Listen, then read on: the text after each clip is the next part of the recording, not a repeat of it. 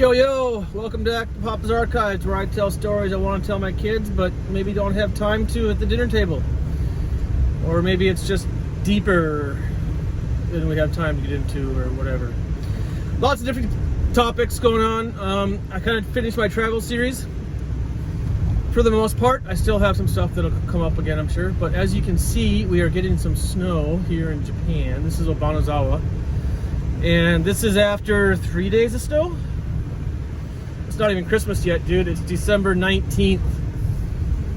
Sometimes we're lucky to have snow by Christmas, and this place gets nuked on.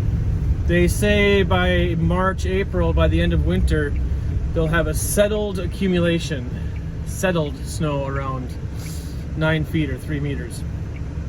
And this is just kind of the beginning. Beautiful. Makes driving kind of a pain in the butt, but I like it. I like winter. But today I think I want to get into either work or medicine, but I'm kind of thinking about medicine today because I just got back from that medical conference in Kyoto where I was a secretary for that. I helped raise a bunch of money for it, and it was a really successful event. For those of you that don't know, I do a lot of medical writing for surgeons that want to publish their research. This was for transendoscopic ear surgery, which is basically they're curing deafness now.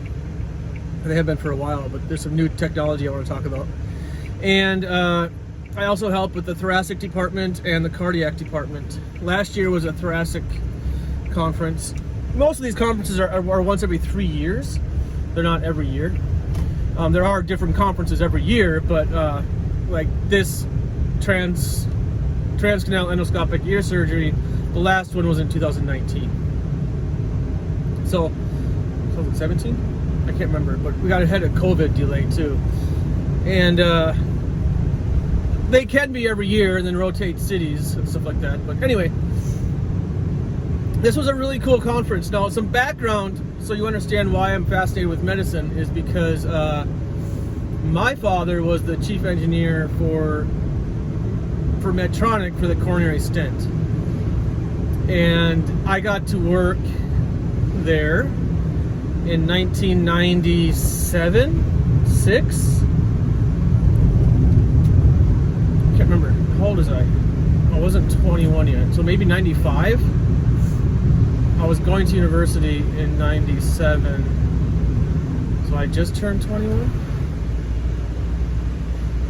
98, I can't remember the year, who cares. And my job was to make the hand tools that cut holes in the tubing that would be used as a balloon to expand the stent inside the artery. So, you know, my job was to make my job obsolete.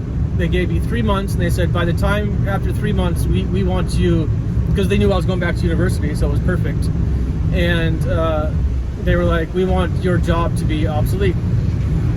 So master the size of these tools, the dimensions and everything, and then find a firm that can produce them in bulk for us to spec.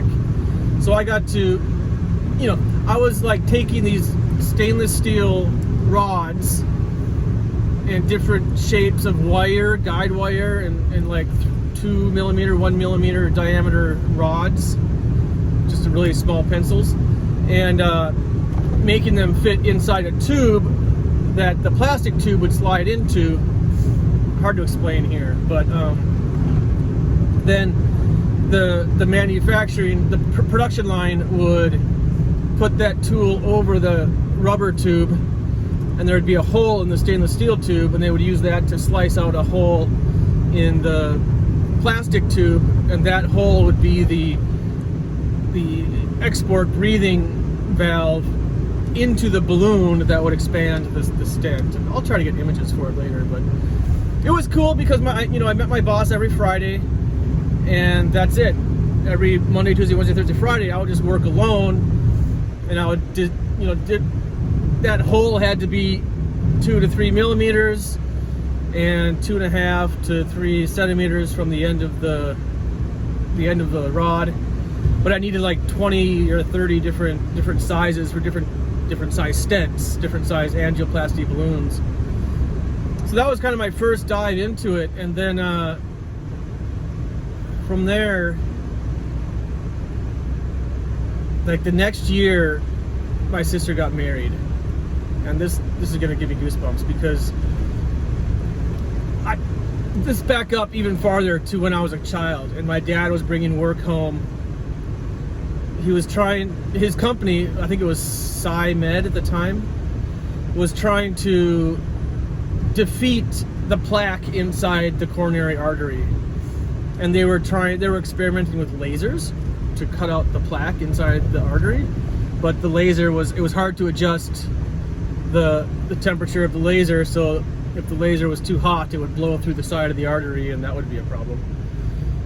And also, when they cut that debris away, it would get in the blood flow and go up to the brain and cause a stroke. So lasers weren't working. They also tried a really tiny saw to buzz out that plaque with a vacuum to suck it out, but that was just too much moving parts to make that work. And then I think it was 1982 or 89 or something, a guy in Argentina, I can't remember his name, invented the coronary stent. And my dad came home ecstatic, trying to explain to all of us what a stent was. And he pulled the little spring out of a push-button pen and held it and showed us, this is a stent. Imagine putting this inside your coronary artery. I'm using my neck for an example. Put this inside your carotid right here, but inside your coronary artery, and then on the inside of that spring stent is a balloon that you expand, and then that expands the stent, aka the spring, and then that stays in place, and that just pushes the plaque aside. So it doesn't cut the plaque out of the heart, it just pushes it aside. Awesome. So that was back in the late 80s. I can't remember the year, 82, 89. No, probably 89 or anyway. We can look it up. But so I kind of grew up with him working on stents, bringing his work home, because he had his office downstairs in the basement, and I would look at it. I just thought it was cool. So when I had the chance to work there in university for the summer, I jumped on it. I was all over it. And at the end of my 3 months, Rob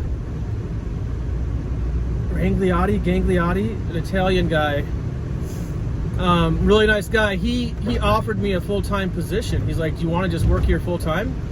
Because I love what you accomplished. It was really cool. And I was like, no, I got to go back to university. And I didn't want to be handed my job because of who my dad was. You know, I wanted to be my own man. And boy, was that a mistake. You know, you got to play the cards you're dealt. And I was dealt a pretty sweet hand right there, and I didn't accept it. And I always regretted that, because like the next year, we were at my sister's wedding. We were at her house before her wedding. We went to her house to pick up her wedding dress because we were going to drive from Southern California to Minnesota. And I had just gotten back from Alaska. Oh, boom, 1996. So now I know. So it was 95 that I was working. Anyway, sorry, I'm slowing down. I'm trying to get these dates right, but I guess it's not important. So we're at Jenny's house for her wedding dress. We're there for like 2 days or something, just visiting. And my dad gets a phone call from his twin that my grandmother, his mom, had just had a heart attack and she was in the hospital. So my uncle told my dad, you know, why don't you call the hospital and check up on it, and you know, whatever you need to do. So anyway, my dad calls the hospital, and the conversation goes like this. I remember this. He was like, yes, my mom had a heart attack. I'm just calling to check up on her. I'm her son. Yes, I understand. Yes, I understand. Yes, I understand. I understand. Yes, I understand. I designed them! How's my mom? And I was like, oh, Grandma just got a stent. Holy cow. And that was just the coolest thing in the world to me, that my dad's life work saved his mom's life. Like, I mean, can you be any cooler than that? Come on. And she got like 5 stents you could put them inside and branch them out of each other. So you could put them in intersections of different artery ways in the heart and or anywhere in the body. But I just thought that was the coolest thing in the world. And I was like, man, I should have kept working at Medtronic. Oops. So after that, I still had a fascination with medicine and wanted to be part of that saving people's lives thing. So when I was in Tahoe ski patrolling, I decided, well, I wanted to be a ski patroller, but I wanted to be an EMT pro patroller. A, you earn more money, but B, it's cool. Like you get to be an EMT, which is, you know, basically a paramedic. So part of my EMT training was hospital emergency room training and ambulance ride-along training. And unfortunately, and this is a big unfortunately, during all of that emergency room training and ambulance rides, I never saw any trauma. Just nothing happened. You know, maybe the training wasn't enough, maybe it wasn't extensive enough. I guess that's what I take away from it now. Because, I mean, you would think you would want to get through training without having to deal with trauma, but no. Because the first time I had to deal with real trauma, it was a big deal. I didn't handle it very well at all. You know, I got that job as a patroller, as an EMT pro patroller, and there's only a few of us on the mountain that had that medical training. And then there was only a few of us that had that medical training and those ski skills to ski anything on the mountain. So, you know, it's kind of a rare breed. And I'm building this story up on purpose because one day I was at the patrol I was out skiing, like moving fences or something. You know, patrol do a lot of on the ground work, you know, just maintaining snow fences and just grunt work. And somebody called on the radio and said there was a reported accident in the Palisades, which is a tree area over off of Chair 6 at Kirkwood. And I was like, oh, I'm right over there. I can go check this accident. And I was kind of excited to be like, okay, now I'm the first person to respond to an accident, because whoever responds first on site becomes the accident recovery leader. And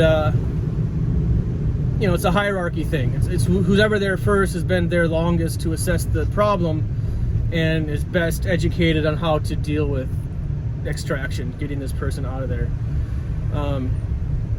So I showed up, and this guy, I'm gonna get emotional now. This guy, both of his eyes were just swollen and black, and he had blood coming out of everything: his ears, nose, mouth, eyes. And when you have that's a telling sign that it's inner brain head trauma, probably a bleeding brain. And when you see that, the rule of thumb is you have to get to the hospital within minutes. Now you're in the golden hour, and I had to get this guy to the bottom of the mountain immediately, and then we have to get him on a helicopter and get him to a hospital. So this was a big head trauma, and my coworker showed up, another ski patroller, and God, I wish I could remember his name right now. Chuck, if you're watching this and I don't remember your name, dude, I'm so sorry. You were such a hard ass and cool to me. He showed up on scene, and I was like, you have to take control. You have to lead this wreck. And he's like, Nathan, you're breaking protocol. You can't do that. I was like, no, I'm freezing up. I'm not thinking. I don't know what to do. I'm frozen. I don't know how to respond to this right now. And he was like, don't get me fired, because that's what you break protocol and you risk losing your job. So he took the lead and managed to get this guy onto a sled. And he's like, okay, Nathan, I'm gonna ski him down on the front of the sled. I want you on the tail rope. The tail rope guide, you know, he holds the rope taut to keep the back of the sled vertical, and so the driver, you know, you ski down to the sled behind you. The driver of the sled, who's on skis, by the way, he's skiing. has to manage all this weights behind him, and the tail slider helps balance it out, basically keeps it vertical. And I was like, okay, I can do that, and I have the legs, the ski skills, and that's the value I can add right now. I can do that. So I did, and we got him down to the bottom of the mountain, and Hendo was your name. Sorry, but we got to the bottom, and Hendo just started skating, carrying this guy behind him, like up this hill, just skating on his skis. It's just the sheer power that he had in his legs to move and get this guy to the clinic was memorable, let's put it that way. And we got into the clinic and put him on the gurney, on the bed, and now it's the nurses take over, basically, and the emergency room doctor. This is at the ski resort, so it's not a full-on ER. We're still waiting for the helicopter to come. The helicopter was already called by now. But Hendo told me to leave. He's like, Nathan, our job is done. You have to let everybody else go. And I was like, I want to stay and add value to this wreck because I already failed in managing it. And I felt guilty. And he was like, Nathan, you should just leave. And I didn't. I stayed. And the nurse said, okay, Nathan can stay. Nathan, I want you to keep vitals every 30 seconds, every minute, and keep shouting vitals at me. Vitals, what's the pulse rate? What's his breathing rate? How many breaths per minute? How many heartbeats per minute? What's his BP? What's his blood pressure? Just kind of keep shouting these numbers at me every minute. I just need to constantly hear it so I know if these numbers are going up or down. So I'm doing that, and then they're telling me, Nathan, squeeze his hand and keep him here with us. Let him know that we're here helping him. Keep talking to him, because he's in a coma at this point. He's unconscious. So I'm just talking to this guy like, you're gonna be okay, and blah blah. And then we hear tapping on the window, on the glass, and we look and we see his wife and his 2 kids. They saw us skating him up,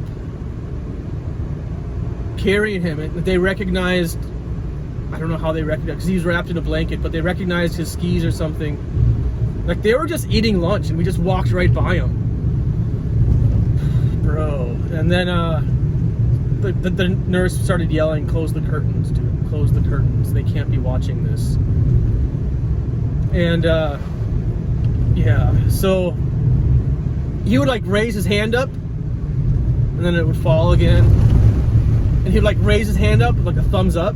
He was trying to give a thumbs up, like, I'm here, I'm doing okay. And he wasn't okay. He ended up dying.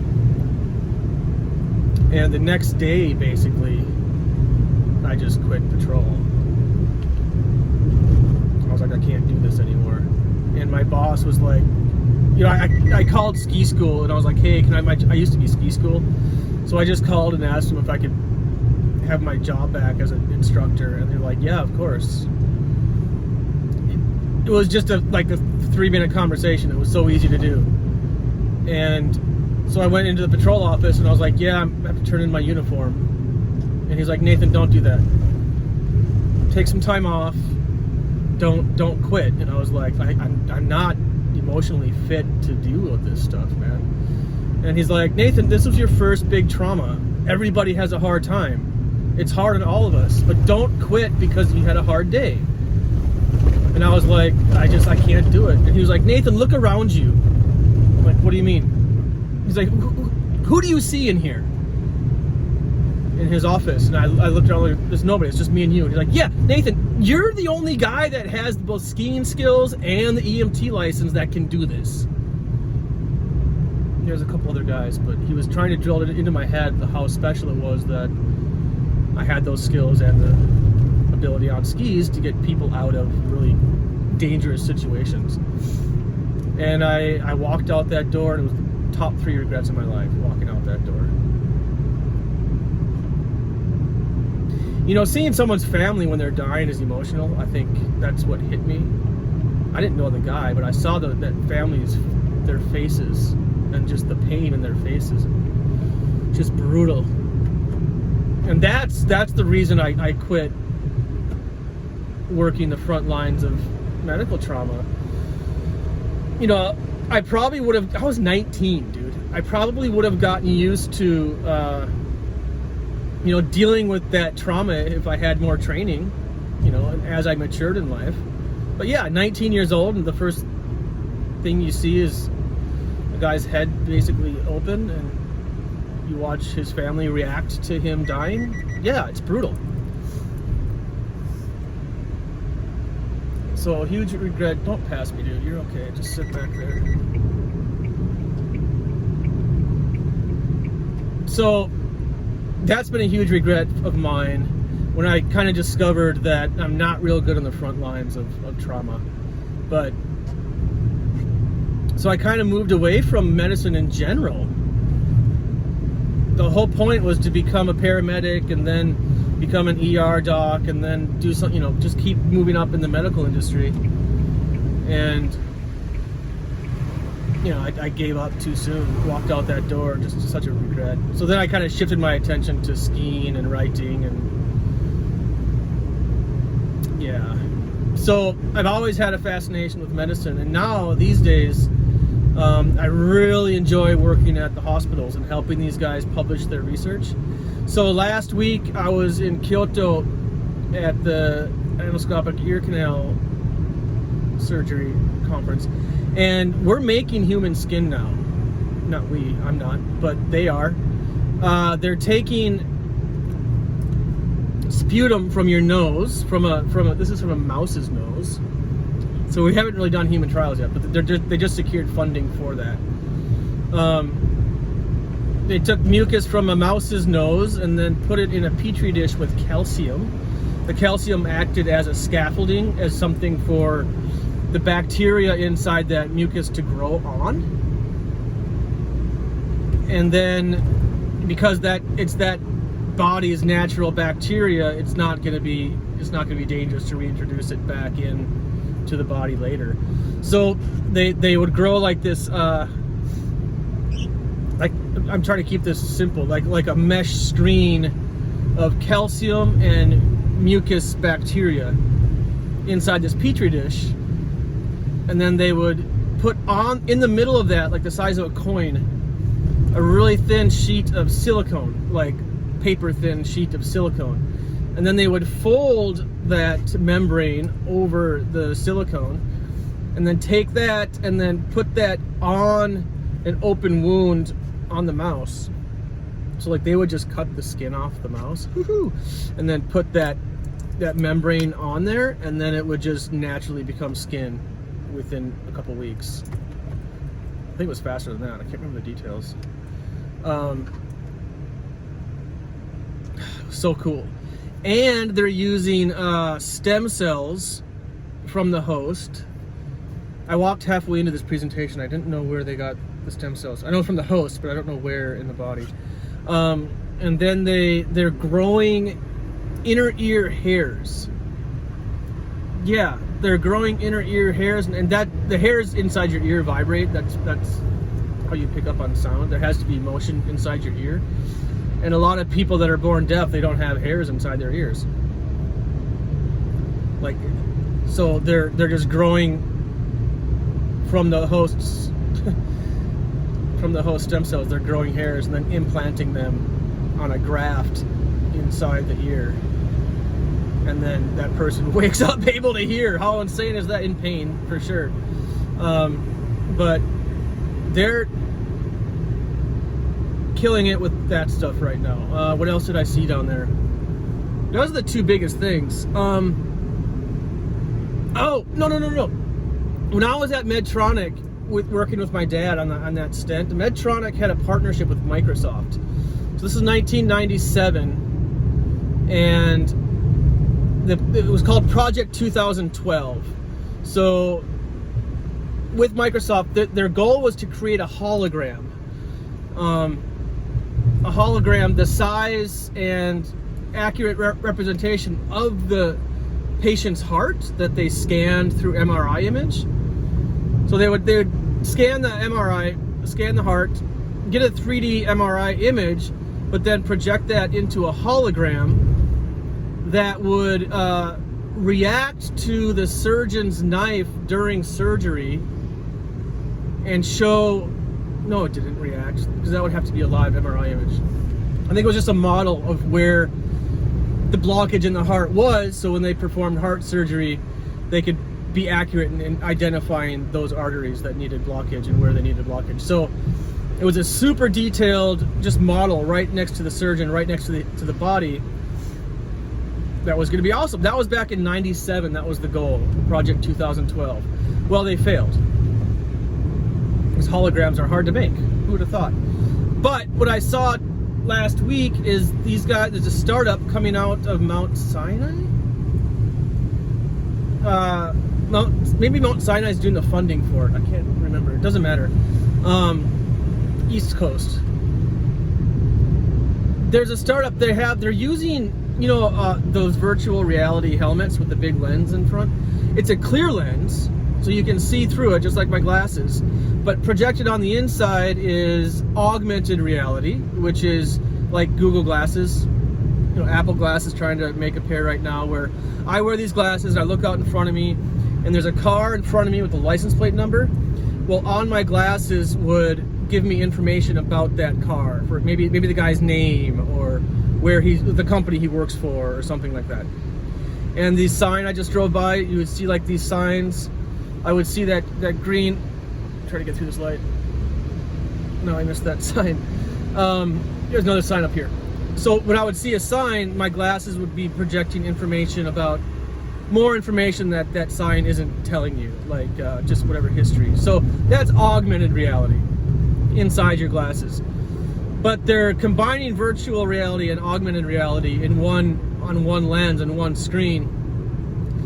They get an MRI image of the head. This is for brain surgery, but it'll apply to anything.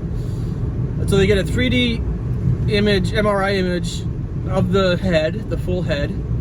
So this person had a brain tumor, brain cancer, and you know that's really hard to cut out of the brain without destroying the wrong part of the brain.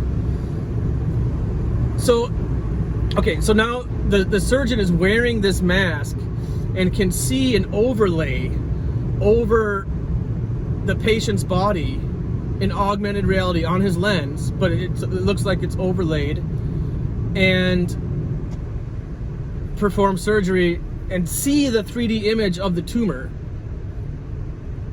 while he's performing surgery, exactly where it's located. Now, this isn't live. The tumor doesn't change on the lens, but it doesn't have to.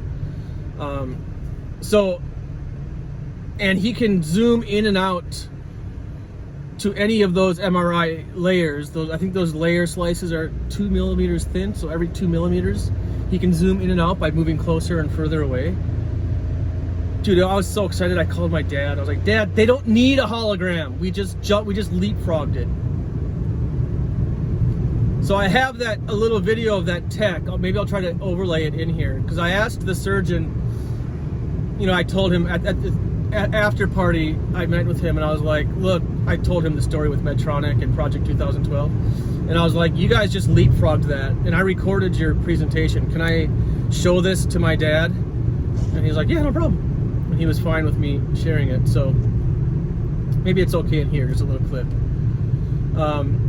I'll tell you what, I'll leave out the company details, who's doing the tech. I think it's fine though. Maybe I don't have his email address. Be nice to email him. Do I have his email address? I could get it. Who cares? We'll talk about that later.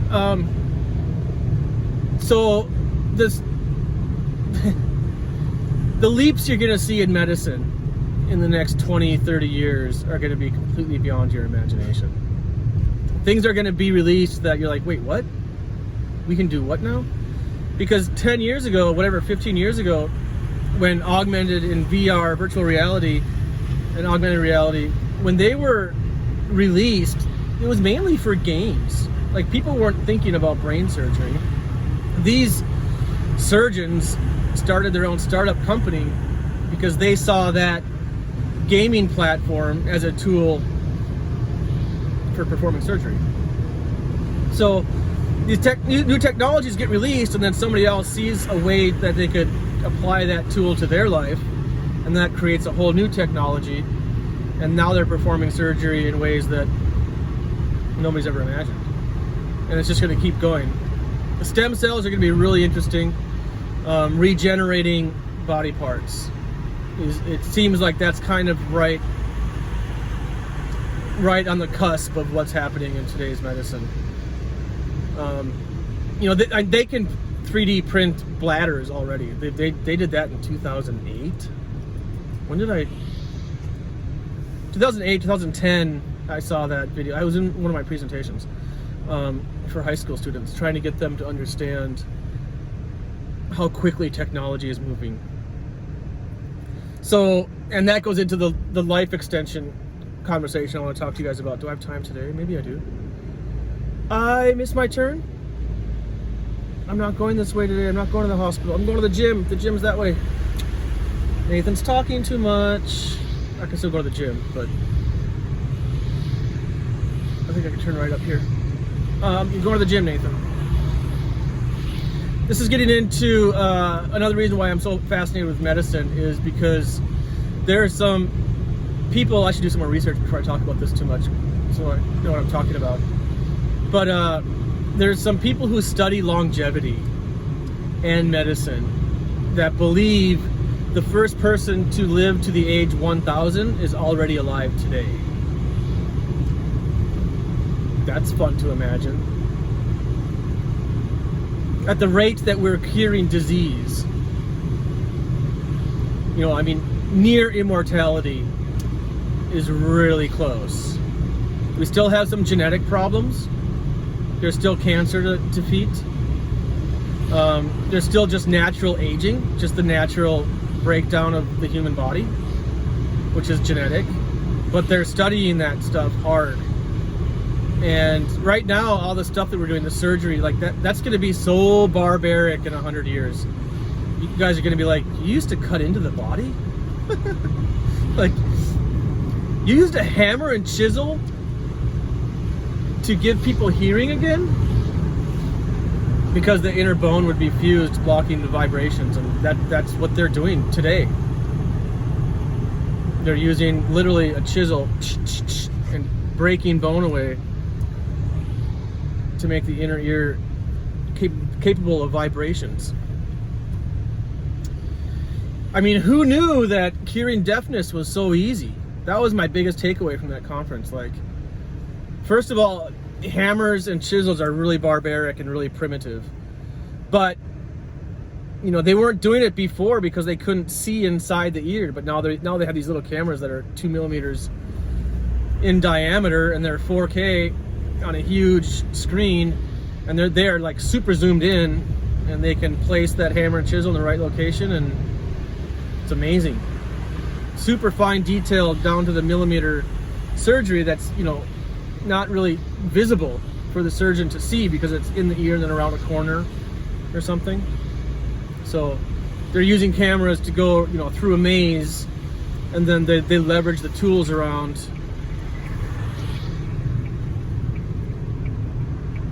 I almost missed my turn again. Last year I was at the sublobar lung resection surgery, and that was in Yamagata. That wasn't in Kyoto, that was in Yamagata. And their surgery had kind of plateaued, so they were dealing more with they were dealing more with crazy surgeries, like there was in your lungs, down your trachea branches into a Y, into two that go into each lungs, right? And the cancer tumor was right at that intersection of all three, at the tracheal branch. So they had to cut that tracheal branch out, and they were going to lose 2 centimeters of connective tissue, connective trachea. How do you support the lungs after that? Because the lungs are hanging from the trachea right now in your body, and they're held up by the diaphragm too, but they have to patch this 2 centimeter hole, and the way to do that is to move the lungs up. But if you do that, the diaphragm is different, and like everything's different. So they designed a net to go under the trachea, under the, I can't talk and drive at the same time, under the diaphragm, and then lift up the diaphragm, and then kind of retrain the diaphragm how to breathe again now that it's 2 centimeters. The diaphragm's the same place, but it would have to flex 2 centimeters more just to start the breathing process. So, and the diaphragm's a giant muscle that controls your breathing. So that was a really interesting surgery. So last year the surgeries were kind of just about, not technology, more just about ingenuity, the engineering perspective of things. Is this my left? Yes. And back in 2016, I was down in Kyoto again, working with the clinical engineering group.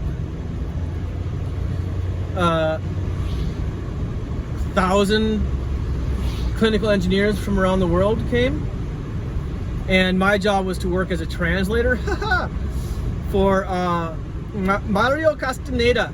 Now this guy is my hero. I didn't know at the time, but as I got to know him, I was like, holy cow, you are a Superman. When he was 19, he moved to America from Colombia. Didn't speak any English, but he wanted to go to university in Colombia. So he just moved by himself. His parents were against it. Then, in order to fund university and get into a college, he was going to a little community college, those cheap little, easy to get into short-term colleges that prepare you for a bigger college, university. For example, I went to Lake Tahoe Community College for 3 years because it's cheap and I didn't know what I wanted to study. This is when I was an EMT. Anyway, so when he was 19, he was working at a church as a custodian. He was cleaning the church, trying to pay for his college, and he met a girl, and she fell in love with him, rightfully so, because he's really cool. And then she helped fund his university studies. And then by the time he was 33, I think, he had started his first hospital, Kaiser Permanente in California, which is now the world's largest network of hospitals. And in his career until 2016, when he was in his 60s, he had built, I think it was 206 or 266 hospitals around the world. So he's, a master at raising money and building hospitals. Once you build one, you have a recipe, you have a business plan, you kind of have a recipe for how it works, and it's easier to repeat the second time. And especially after you have it 10, 15, you're going to be on fire just building them like crazy. So I had to translate for him, which was a total joke because I was not prepared to translate that stuff into Japanese. I had to translate for the Japanese audience, basically. Because he didn't speak Japanese, he spoke English and Spanish. But as it turns out, so we practiced for weeks on at the time, Skype, which is now like Zoom. Like on our computers, he was in America, I was in Japan, and he would give his presentation on his computer, we'd video chat, and then I would translate and practice this presentation together. And I wrote everything out in Japanese and I studied it really hard. And then when the real time came for his presentation, we started going, and he was talking, he wasn't talking fast. The presentation was going about 4 or 5 times faster than we had anticipated. And so he just started talking more details about each slide, all the information, to make sure he didn't go past his 20 or 30 slides, whatever it was. So now that he's talking about stuff that we didn't rehearse, I just closed my computer. Because I was reading my computer to translate. I just closed my computer and just started to just freestyle my own Japanese, and it was not good. And this girl from Japan who was living in Switzerland, working for the World Health Organization, spitting everywhere today. I think I have a cold. Throat hurts. A Japanese woman who's living in Switzerland working for the World Health Organization, she came over and started translating into my ear the Japanese to say on the microphone, and I was like, why don't you just do this? Like, you're fluent in both English and Japanese. Why am I doing this? And she's like, no, you keep doing it, Nathan. And I was like, is this some hierarchy thing where she thinks that because I'm male or this is my job that I should be doing this and she shouldn't be? She was clearly more qualified than me. And I was asking later on, I was asking June, my friend who gave me that job, I was like, you knew her? And he's like, yeah, I knew her from a previous conference. And I was like, why didn't you ask her to translate? Why did you invite me down for this if you knew she was going to be there? Because I felt really embarrassed. And then he was like, yeah, Nathan, sorry about that. I did that on purpose. I was like, wait, what? He's like, so many of our doctors in Japan and clinical engineers, this was clinical engineers at the time, they don't study English and they don't publish in English and they don't present in English. And they're missing out on all the international stuff. They're just in their hospital in Japan. They're just comfortable.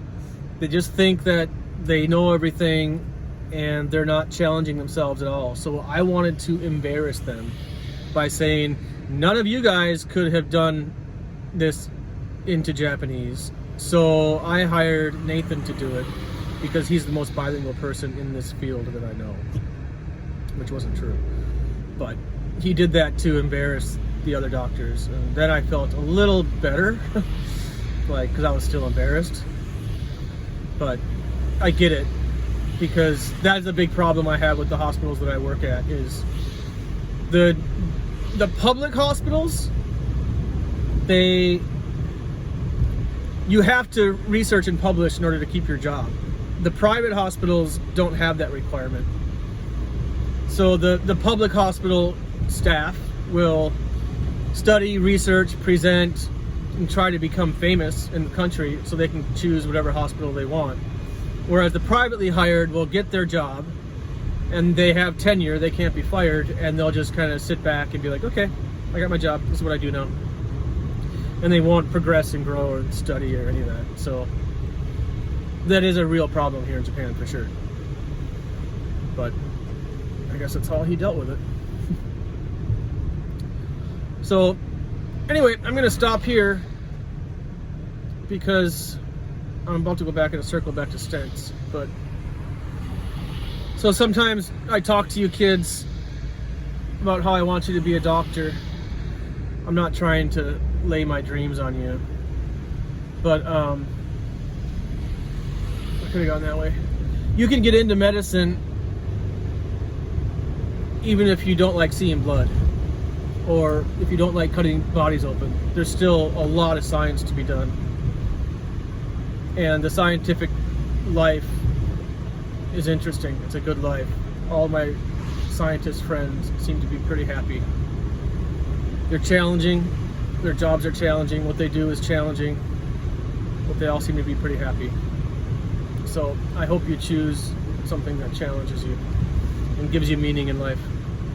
Okay, that's all for today. Thank you for watching Papa's Archives, where I tell stories I want to tell my kids, but maybe not at the dinner table. I think half these stories have been told already anyway. That's okay. Okay, see you. Bye-bye.